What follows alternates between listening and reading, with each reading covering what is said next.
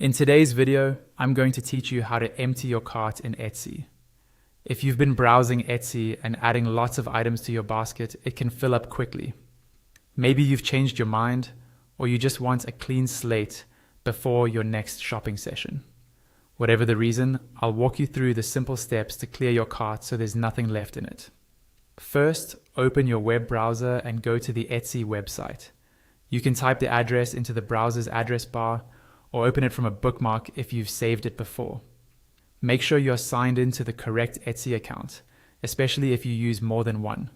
Your cart is tied to your account, so you want to be sure you're looking at the right one. Once the Etsy homepage has loaded, look towards the top right corner of the screen. There, you'll see a small basket or cart icon.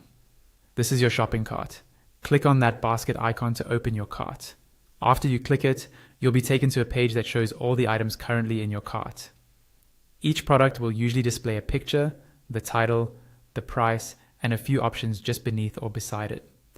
Among those options, you should see links like Edit, Save for Later, and Remove. To take an item out of your cart, look for the word Remove next to that product. Click on Remove.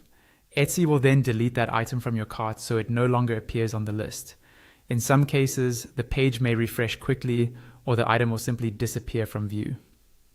Now repeat this same process for each item you want to clear from your cart. Scroll down the page, find the next product you don't want anymore, and click Remove again. Keep going until you've removed every item you no longer plan to buy. As you do this, keep an eye on the cart total and the number of items shown at the top of the page. You'll see the total number go down each time you remove something.